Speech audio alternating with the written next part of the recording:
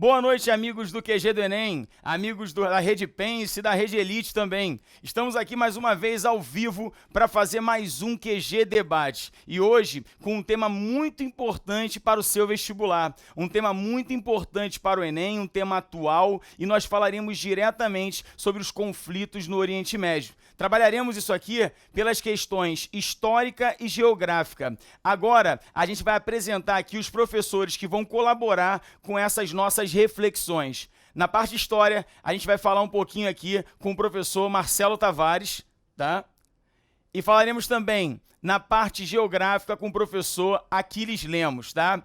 Inicialmente, eles vão fazer aqui algumas explanações acerca do assunto, e esse primeiro bloco vai ser apenas de uma exposição do tema que eles vão tratar. No segundo bloco, eu farei algumas perguntas direcionadas aos dois, tá? Sobre todo o tema. E além disso, no terceiro bloco, farei outras perguntas e abriremos para as perguntas dos alunos pelo Brasil. Você que tem uma pergunta aí, pode mandar diretamente para a gente, porque vai ser um prazer ter os nossos alunos participando. O QG Debate está no ar, e agora a gente começa diretamente com o professor Marcelo Tavares. Boa noite a todos. Boa noite, Marquinho. Boa noite, Aquiles. Eu acho interessante para que nós tenhamos uma análise, e temos pouco tempo para discutir um assunto tão complexo, tão cheio de nuances, mas eu acho interessante que nós tenhamos uma digressão histórica a respeito do que seria esse conflito árabe-israelense. E as raízes, as origens desse conflito, elas estão diretamente relacionadas à própria questão palestina.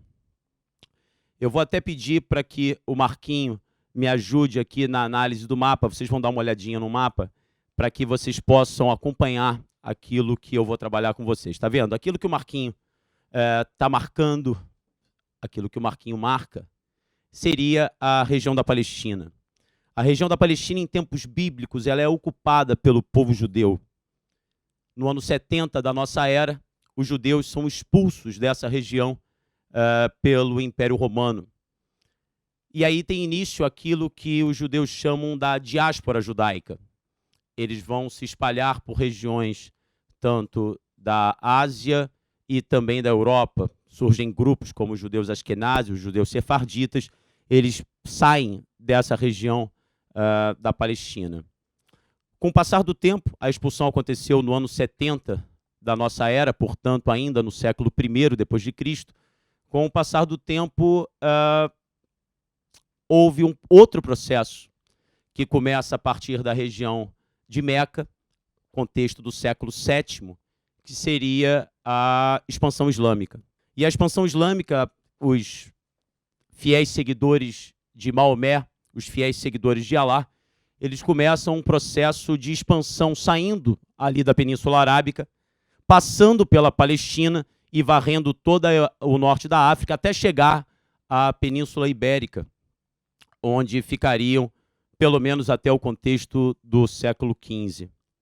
Mas o que interessa saber é que essa região da Palestina, portanto, ela acaba sendo ocupada por esses árabes muçulmanos.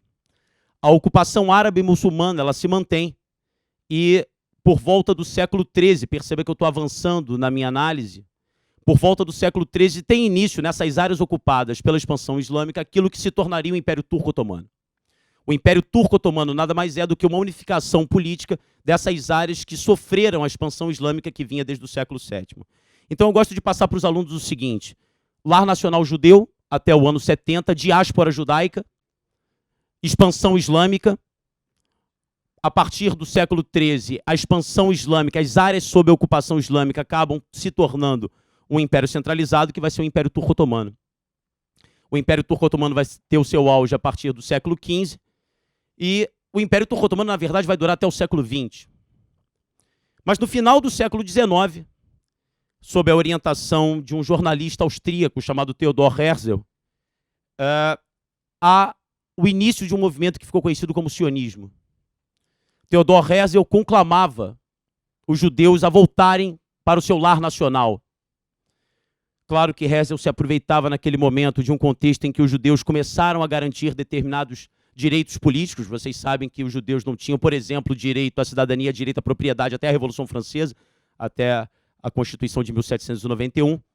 Mas a partir daquele contexto de finais do século XIX, portanto, ele começa a conclamar que judeus do mundo inteiro voltassem para o seu lar nacional, voltassem para a região da Palestina. E aí começa a presença de judeus nessa área, que era simplesmente uma província do Império Turco Otomano, através de assentamentos, através de colonos judeus que vão chegando e ocupando a região. É interessante perceber que, de início, os conflitos são muito pequenos. Os judeus, eles levam conhecimento, são judeus principalmente de regiões do Oriente, eles levam bastante conhecimento para a região, eletrificação, mão de obra, mas, de início, o contato ele não tem grandes hostilidades. O Império Turco Otomano ele é derrotado na Primeira Guerra Mundial, e quando ele é derrotado, ele é esfacelado. O Império Turco Otomano esfacelado vai dar origem a novos estados independentes, como, por exemplo, a Turquia. E a região da Palestina, ocupada tanto por árabes muçulmanos quanto pelos judeus que chegaram oriundos do movimento sionista, a região da Palestina ela se torna um protetorado britânico.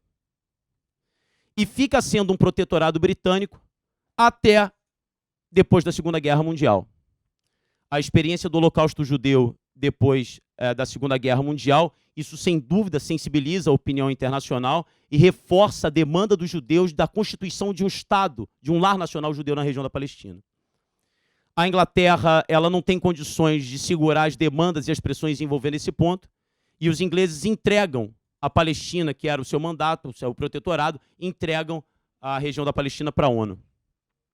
Em 1947 acontece uma reunião histórica da Assembleia Geral da ONU, e a região da Palestina, que o Marquinho há pouco circulou lá para vocês, a região da Palestina ela vai ser dividida.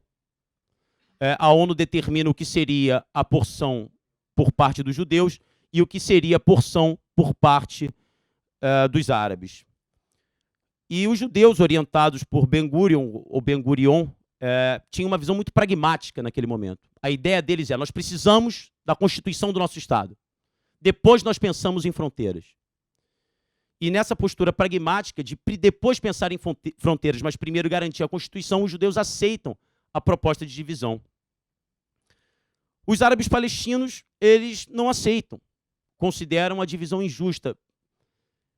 E os outros estados árabes que circundam a região da Palestina, Líbano, Síria, Arábia Saudita, Jordânia, eles resolvem comprar esse barulho, dizendo o seguinte: não, Israel não pode se consolidar enquanto Estado nacional porque a divisão que foi proposta pela ONU a gente não aceita. E essa Liga Árabe parte para uma guerra com o recém-instituído Estado de Israel. E o objetivo mesmo da Liga Árabe era acabar. Não será garantido essa consolidação do Estado israelense. Israel vence o que ficou conhecido como a primeira grande guerra, a Guerra de Independência. Israel é vitorioso, consolida a formação do seu Estado. E as regiões que, segundo a ONU, seriam destinadas aos árabes muçulmanos, essas regiões elas são ocupadas por países da Liga Árabe. Ou seja, a região que ficaria conhecida como a faixa de Gaza fica sob controle egípcio. A região que fica conhecida como a Cisjordânia fica sob controle da Jordânia. E os palestinos, eles acabam se tornando refugiados em áreas controladas pelos próprios estados árabes que lá entraram para defendê-los. Então é interessante marcar, me parece, e eu vou passar a voz para o Aquiles, é interessante marcar que a discussão acerca da Constituição do Estado de Israel, a partir de 1948 e consagrado na Guerra de Independência de 49, foi uma Constituição efetiva, pragmática, organizada, da necessidade da constituição de um lar nacional judeu, mas que, apesar de ser, e isso a gente vai discutir ao longo de todo o programa, apesar de Israel não abrir mão da ideia de ser um lar nacional judeu, é um Estado plural, de liberdade religiosa. Nas últimas eleições para o Knesset, para o parlamento, 800 mil árabes israelenses votaram. Você diz: peraí, árabes israelenses? Sim. Populações árabes que estavam na região que se constituiria o Estado de Israel viraram árabes israelenses. São cidadãos. É interessante isso. Apesar de ser um lar nacional judeu, eles não abrem mão dessa ideia. É um Estado plural. Um Estado democrático plural. É um Estado de liberdade religiosa. e que, nesse sentido, se consolida, dando início, é claro que essa foi só a primeira, mas a consolidação se dá nessa guerra de independência. Aqui ele vai falar alguma coisa sobre a parte espacial, queria ouvir a sua voz. Boa noite a todos, prazer enorme estar junto com todo mundo, Marquinhos, Tavares, pessoal. A gente está tratando de um tema super delicado, né, e que tem um processo histórico super profundo. Interessante, quando a gente considera a história brasileira, a gente está falando de algo que vem de 500 anos para cá, claro. Tem grupos indígenas anteriores e que vão compor uma história anterior, mas a gente encontra algo que é muito mais recente do que observamos nessa região, nessa parte do mundo. Histórias milenares, né? A digressão histórica que o Tavares faz mostra um pouco desse processo em curso. Tavares puxou principalmente até aquele momento, 1949, né, a Guerra da Partilha, quando você tem uma recusa de árabes daquela divisão proposta pela ONU, de forma curiosa, né, o Oswaldo Aranha, diplomata brasileiro, preside a conferência que representa a partilha da Palestina, né, de novo o Brasil aí participando disso de alguma forma. E o que a gente encontra a partir daí é uma história de conflitos, né? Essa recusa árabe de aceitar a partilha da Palestina, como o Tavares muito bem colocou, seria uma solução que eles não aceitaram e aí foram para uma guerra, agora para os palestinos péssimo, né? Acabam ficando, como o Tavares chamou a atenção, uma nação sem o seu Estado e pior do que entrou no conflito, né? Sai do conflito pior do que entrou nele. No processo histórico que a gente vai observar, depois dessa guerra da partilha, como destaque, principalmente já na década seguinte, década de 50, 56, é a Guerra de Suez. E é uma guerra muito importante nessa conversa porque a Guerra de Suez representa o fechamento do canal de Suez. E aí vamos dar uma olhadinha aqui no slide, porque há um mapa que nos ajuda a perceber essa questão do canal de Suez, que fica exatamente, né, está indicado aqui, um canal interoceânico, né, na verdade está ligando um mar ao mar Mediterrâneo e vai possibilitar para o Egito um poder muito grande. Fechando esse canal de Suez, pode voltar para cá? Fechando o canal de Suez, o que a gente vai estar observando é um fortalecimento do Egito num primeiro momento, problema para a Inglaterra, problema para a França, que controlavam o canal e que vão reagir. Retomam esse canal de Suez do Egito e, num primeiro momento, o Egito sai perdedor desse conflito, né? Inglaterra e França retomaram o canal de Suez, mas tem algo interessante nesse ponto da conversa, década de 50, 56, memoriza isso, é a Guerra de Suez, porque a Guerra Fria vai chegar no Oriente Médio. E essa dimensão da Guerra Fria, ampliando a escala de análise que a gente está fazendo sobre o Oriente Médio, e é algo que a geografia tem muito a contribuir, vai passar a compor esses conflitos. De fato, Estados Unidos e União Soviética ficam incomodados com o fortalecimento de Inglaterra e França num contexto pós-guerra, lá no Oriente Médio, Inglaterra e França que comandaram o processo do imperialismo desde o século XIX, e voltavam num contexto de afirmação norte-americana. A Segunda Guerra, ela traz uma afirmação norte-americana. Inglaterra e França voltavam a dominar territórios naquela região, estou me referindo à retomada do canal de Suez. Estados Unidos e União Soviética não aceitam, obrigam Inglaterra e França a um recuo, e esse é um ponto importante do processo histórico, porque uma certa figura, o Gamal Abdel Nasser, liderança egípcia, vai se fortalecer muito. Qual é a mensagem que para os árabes fica da Guerra de Suez? Que o Gamal Abdel Nasser expulsou Inglaterra e França do Oriente Médio e, consequentemente, se fortalece numa proposta pan-arabista. Você sabe que pan é todo, né? Todo o universo árabe, toda a comunidade árabe representada ali pelo Egito. Gamal Abdel Nasser vai ser importante na conversa porque é ele que vai organizar, por exemplo, a OPEP, a Organização dos Países Exportadores de Petróleo. Gamal Abdel Nasser é importante porque é ele que vai organizar, inclusive, a RAU, expressando muito dessa perspectiva pan-arabista. Foi a República Árabe Unida por 5 anos na década de 50. Egito e Síria compuseram um único Estado nacional. Mas, principalmente, se a nossa questão é a Palestina, é o Gamal Abdel Nasser que vai organizar a OLP, a Organização pela Libertação da Palestina, e que é uma instituição que vai agregar uma série de outros grupos que até então atuavam de forma clandestina numa única instituição, fortalecendo essa luta contra a presença do Estado de Israel, né? Esse processo é um processo que, se por um lado tem essa evolução na década de 50, com o Gamal Abdel Nasser, terá na década de 60, mais especificamente em 67, um ponto máximo.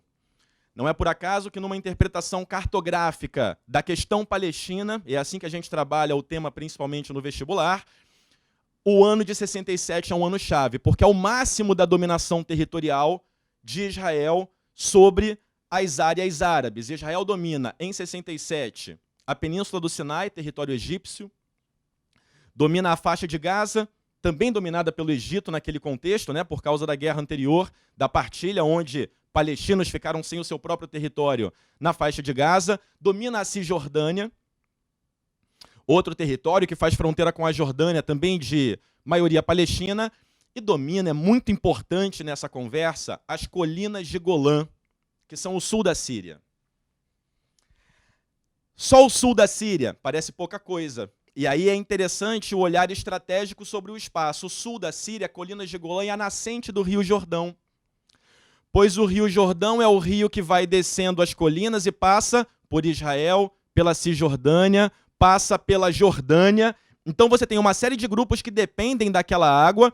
A questão hídrica, a questão territorial, espaço, água, é que está na origem desse conflito. Importante a gente colocar na conversa. Isso dialoga muito com o Huntington, que fala do choque de civilizações, que isso não é um choque de civilização numa ideia de que são mundos diferentes em conflito. Não são mundos diferentes em conflito, é um mesmo mundo, é um mesmo processo histórico que vai explicar, como Tavares muito bem colocava, a origem dessa rivalidade que eu estou tentando deixar claro para a gente, porque o nosso foco não deixa de ser o Enem em nenhum momento, que é uma questão de espaço, é território e é também uma questão de água. Pensa você que você dominando a nascente do rio, você tem uma água limpa, primeiro ponto. Segundo ponto, você tem um instrumento geopolítico. Se você quiser comprometer o uso dessa água para quem está no baixo curso do rio, para quem está no médio curso desse rio, Israel tem esse instrumento. Então, é uma questão importante, a disputa por território e água. A Guerra dos 6 Dias, em 1967, memoriza isso, é o auge da dominação territorial de Israel sobre territórios palestinos, sobre o Oriente Médio. Tem uma questão que eu quero colocar na conversa, e creio que o Tavares vai trazer uma continuidade desse ponto, né, historicamente falando na sequência, e que eu já andei citando aqui quando eu falava da OPEP. O Oriente Médio, eu peço que você dê uma olhada de novo no slide, é uma região que apresenta grande importância, você sabe em quê? Mas eu quero te colocar em números, né? Fiz uma expansão dessa imagem para que a gente tivesse com clareza maiores reservas de petróleo no mundo. Pessoal, o primeiro lugar é a Arábia Saudita, o segundo lugar é o Irã. A gente tem no Oriente Médio as principais concentrações, você consegue perceber isso no mapa. Norte da África, Oriente Médio. Lembrando rapidamente que essa riqueza petrolífera não se dá ao acaso, né? É uma área geologicamente antiga, conteúdo importante para o nosso vestibular. É uma área formada principalmente por bacias sedimentares, né? Então, é lá que você vai encontrar carvão, petróleo, gás natural, xisto betuminoso, combustíveis fósseis. E as disputas sobre o Oriente Médio também dialogam com isso. Né? Quando a gente fala do Oriente Médio, esse processo histórico é fundamental, mas esse olhar espacial e geoeconômico e geopolítico, por consequência, também é fundamental. A que eu me refiro, voltando um pouco no tempo? O mundo moderno, né, que tecnicamente vai ser relacionado às próprias revoluções industriais, é um mundo que forma, tem um geógrafo de sobrenome Altvater que coloca isso, sociedades fossilíferas. E quando eu cito que somos sociedades fossilíferas, é na lógica do carvão da primeira revolução industrial e do petróleo da segunda, como elementos fundamentais de um processo de produção, para que haja o consumo e, como consequência, a reprodução de capital. Eu quero dizer, a própria dinâmica capitalista de sociedade depende dessa matriz energética petrolífera, e isso fica-se na dúvida se no Oriente Médio é uma dádiva ou é uma desgraça, né? A conversa caberia ao Brasil também agora com o pré-sal que vira uma potência, né? Reflexão rápida e fácil, de que forma aquilo é uma dádiva. Caramba, é só eu tirar esse óleo do subsolo e exportar que entra dinheiro. Né? É só tirar do subsolo e exportar que entra dinheiro. Tem que processar, isso é uma questão importante para dinamizar a economia interna, mas é outra discussão. O que nos interessa é, por outro lado, isso gerou um interesse por parte daqueles que se industrializavam na primeira, mas principalmente na segunda Revolução Industrial sobre a região, muito grande. Existe uma perspectiva de rivalidade dessa parte do mundo, né, e que é colocada principalmente sobre a lógica islâmica como traço principal, contra um mundo ocidental. Esse discurso ele está como plano de fundo da conversa do terrorismo internacional, né, uma reação dessa parte do mundo contra o mundo ocidental. E se a gente quiser dialogar com isso, qual é a causa fundamental? O Huntington vai falar em choque de civilizações, né? Sendo que a causa fundamental, é isso que a gente está tentando deixar claro, não é um choque de civilizações. A causa fundamental é um processo que era espacial, que é uma disputa por água, que é uma disputa por petróleo. Duas instituições que polarizam e que representam essa disputa pelo petróleo. Por um lado, as 7 irmãs do petróleo. São 7 empresas transnacionais que atuam com o processo de produção de petróleo, 5 delas norte-americanas, e que fazem um monopsônio, é semelhante a cartel, que você conhece. Cartel é quando padronizam preço para quem está vendendo. O monopsônio é quem está comprando, padronizando o preço. Se só 7 empresas, se somente 7 empresas atuavam com esse processo de compra de petróleo, elas disseram, olha, a gente só paga um certo valor. A gente não paga mais do que isso. E se a gente só paga esse valor e só a gente compra, elas conseguiram controlar esse mercado. A reação que hoje se observa de parte dessa comunidade do Oriente Médio contra o mundo ocidental, usando esses estereótipos na nossa conversa, a fim de ser didático, é uma reação que não se dá, eu estou colocando isso de novo, como Huntington fala, num choque de civilizações. É um processo histórico. O Oriente Médio não ficou de bobeira nisso, né? O Gamal Abdel Nasser organizou a OPEP, que eu havia citado, Organização dos Países Exportadores de Petróleo, que é o país que está vendendo, fazendo agora um cartel de fato e padronizando o preço e jogando para cima. Você sabe que os choques do petróleo 73, 79, 91 são essa OPEP financiando a região a partir da elevação do preço do barril do petróleo. Então, as sociedades fossilíferas, o mundo moderno e essa disputa por petróleo compõem a conversa. Compõem, porque se há a criação do Estado de Israel pós-Segunda Guerra Mundial, isso passa por um crivo norte-americano também. Isso passa por um crivo dos países centrais. Nenhuma jogada é feita sem que a gente tenha os blocos de poder do mundo contemporâneo, naquele contexto, o mundo contemporâneo, partícipes dessa decisão. Partícipes dessa decisão. Então, é um processo intruncado, é um processo tenso e é um processo que tem algumas variáveis na conversa. Eu queria colocar essa dimensão. Meu amigo Tavares vai trazer mais um pouco da digressão histórica. Na verdade, eu queria retomar um ponto levantado pelo Aquiles e que, de certa forma, permite novas orientações envolvendo a discussão que a gente está querendo tomar. De uma forma bem direta, a digressão histórica ela serve para identificar que havia uma região ocupada por um determinado povo em tempos bíblicos. Essa região, com o avanço do processo histórico, ela acaba sendo ocupada por uma expansão também religiosa, que é a expansão islâmica a partir do século VII. Essa expansão ela vai acabar corroborando, já no século XIII, a criação de um império. Esse império controla a região. No século XIX, a colonização, os judeus no movimento sionista começam a ocupar a mesma região, convivem até o momento em que esse império é fragmentado, a região fica sob controle da Inglaterra, a Inglaterra passa para a ONU depois da Segunda Guerra Mundial, a ONU divide, os judeus criam um Estado. E aí nós temos que falar Israel. É besteira, que esse é outro ponto. Ainda, como eu friso isso, ainda que seja um lar nacional judeu, eles não abrem mão da ideia de que são um Estado-nação democrático plural. Bom, a Guerra de Independência ela foi citada, e a Guerra de Independência eu acho que você tocou de novo no ponto, eu acho que é fundamental. A situação dos palestinos é uma situação de refugiados dentro da própria região que lhes cabia, segundo a ONU, mas se tornaram refugiados por ação dos Estados Árabes, o Egito pegando a Cisjordânia, a faixa de Gaza, e a Jordânia pegando a Cisjordânia. E aí você lembrou, e aí por isso eu fiz esse resumo da digressão que eu tinha feito anteriormente, porque você lembrou de 56, do Gamal Abdel Nasser. Nasser é líder do panarabismo. O panarabismo coloca claramente, esse é o ponto do panarabismo, que Israel é persona não grata no Oriente Médio. E Gamal Abdel Nasser assume essa bandeira panárabe, uma solidariedade entre os povos árabes, e em 1956, ratificando essa bandeira e essa liderança, ele vai nacionalizar o Canal de Suez. Ele nacionaliza o Canal de Suez, que é uma passagem estratégica do Mar Mediterrâneo para o Mar Vermelho. Ele vai dizer, o Canal de Suez está no nosso território, está no território egípcio, eu vou nacionalizar. Quando Gamal Abdel Nasser faz isso, é claro que todos esperavam reação de França e Inglaterra, que dividiam as ações do Canal de Suez. Mas Israel aparece. França, Inglaterra e Israel. E os três se armam contra Nasser. Nasser perdeu no campo militar, mas ganhou no campo diplomático.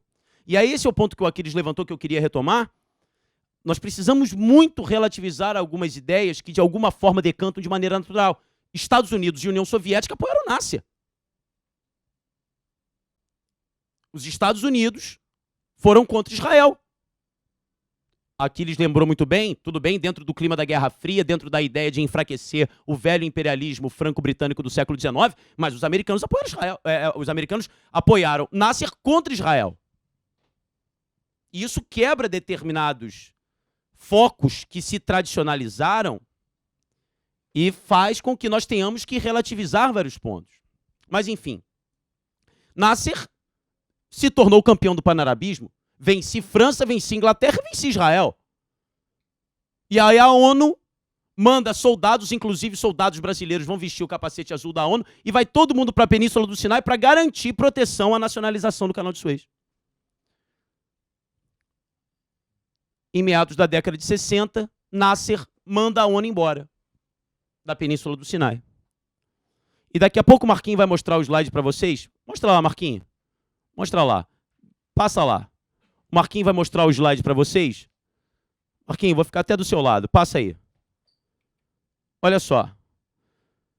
Marquinhos, marca essa aí. Essa aí é a partilha da ONU, que a gente já falou. Isso. Pronto. E marca aqui onde é que está a Península do Sinai. Aqui, ó. A Península do Sinai está aqui, Marquinhos, ó. Essa parte cinza. Risca aí. Isso. É o pedacinho da Península do Sinai. E, voltando agora, que o Marquinhos me ajudou. Obrigado, Marquinhos. Voltando agora, a ONU tinha mandado seus capacetes azuis para lá para garantir a nacionalização do Canal de Suez que está ali. E o Nasser manda embora a ONU. Pode ir embora que eu faço isso sozinho. E se não bastasse mandar embora, começa a aumentar efetivos militares na região da Península do Sinai. Ora, qual foi o raciocínio que se levou em consideração à época? Nasser aumenta a mobilização militar na Península do Sinai. Mandou a ONU embora e tem um discurso anti-Israel. Naquele momento, a reação israelense foi, pô, peraí, a gente vai ter que se defender. E é quando Israel promove um ataque surpreendente, todo mundo fala da Guerra dos 6 Dias, mas poderia ser a Guerra das 6 Horas, em que os caças israelenses sobrevoam a Península do Sinai a uma altitude tão baixa que não conseguem ser captados pelo radar, chegam até o Cairo, destroem os aviões egípcios ainda em solo, e depois ainda voltam para a Síria, que aí entra esse domínio territorial que o Aquiles lembrou. E esse domínio territorial ele tinha por objetivo efetivamente garantir a defesa do território. E eu queria, mais uma vez, pegar o gancho deixado pelo Aquiles, que naquele momento, o mesmo Egito de Gamal Abdel Nasser, que há poucos anos tinha tido uma vitória memorável no conflito de Suez, agora tinha uma derrota fragorosa. O Egito perde espaço como campeão do panarabismo. E alguns setores palestinos que tinham no Egito o grande líder que um dia destruiria Israel, esses setores começam a falar, Egito, a gente já não pode contar com ele. E é desse momento que determinados grupos começam a se organizar, como o engenheiro Yasser Arafat, que vai organizar um partido conhecido como Fatah, e que tinha um braço armado, que era a Organização pela Libertação da Palestina. Entenda como que a diminuição da influência do Egito enquanto líder panárabe anti-Israel quando ele é fragorosamente derrotado na Guerra dos 6 Dias, em 67, há a emergência de outros grupos que falam, agora a gente compra o barulho. E aí aparece o Fatah, aí aparece a OLP do Yasser Arafat. O Egito ainda tentaria mais uma vez recuperar a liderança pan-árabe. Em 1973, no dia do Yom Kippur, no dia do perdão, que é o principal feriado religioso judaico, acontece um ataque surpresa. E esse ataque surpresa, no feriado, no dia do Yom Kippur, tá todo mundo em oração, tá todo mundo em prece. Há esse ataque em 73. Talvez tenha sido o conflito com o maior número de baixas israelenses, porque foram apanhados de surpresa, mas eles conseguem revidar a situação e vencem mais uma vez. Então, duas coisas ficaram muito claras, voltando ao ponto que o Aquiles colocou envolvendo o cenário internacional. Ponto número 1, o Egito já não era mais liderança pan-árabe. Ponto número 1. Ponto número 2, vou aumentar o número de pontos. Ponto número 2, o próprio governo egípcio percebeu, a gente não vai conseguir. Então agora a estratégia tem que ser diplomática. Ponto número 3, o governo americano começou a ficar com medo. Que o governo americano falou, pô, peraí, se essa escalada de violência continuar, daqui a pouco Israel está mobilizando o seu arsenal nuclear. E vai haver intervenção mediadora do governo americano a partir dessa data. É interessante notar um outro ponto. É daí que surgirão os primeiros acordos de paz no Oriente Médio. Tanto é que o primeiro acordo de paz, a discussão começa em 78, consagrado em 79, que é o acordo de Camp David. O mediador é o presidente Jimmy Carter, que mais tarde vai receber o Prêmio Nobel da Paz depois de presidente. De um lado, Menachem Begin, primeiro-ministro de Israel, e do outro lado, Anwar Sadat, do Egito, assinam um acordo de Camp David. Mas o que eu estou querendo colocar é como que o acordo de Camp David, que tinha como lema paz por terra, qual era o ponto de Israel? Quero paz. Eu devolvo, aqui eles falou sobre os territórios, eu devolvo a Península do Sinai. É paz por terra, eu devolvo a Península do Sinai, garante o reconhecimento do meu Estado. Se o Egito conseguir estabelecer a lógica da paz, o mesmo não acontecia ao norte. Então, para você perceber o problema, como que o Egito resolveu, assinou Camp David, ao norte o problema continuava. Israel tinha que se preocupar com isso. Gente, acho que todo mundo aí deve estar muito empolgado. Um conteúdo muito relevante que vocês viram aqui. Eu também estou muito feliz com esse conteúdo, porque acho que ele vai suscitar inúmeras discussões, inúmeras reflexões a vocês e, principalmente, né, vai fazer com que você esteja preparado na hora da prova. Além disso, eu acredito que todo mundo deve estar aí com a mente fervilhando em propostas de perguntas, de questões que a gente vai esperar aqui no terceiro bloco, beleza? A gente vai fechar esse bloco aqui, daqui a pouquinho a gente vai voltar, beleza? QG do Enem, QG Debate, fecha por aqui.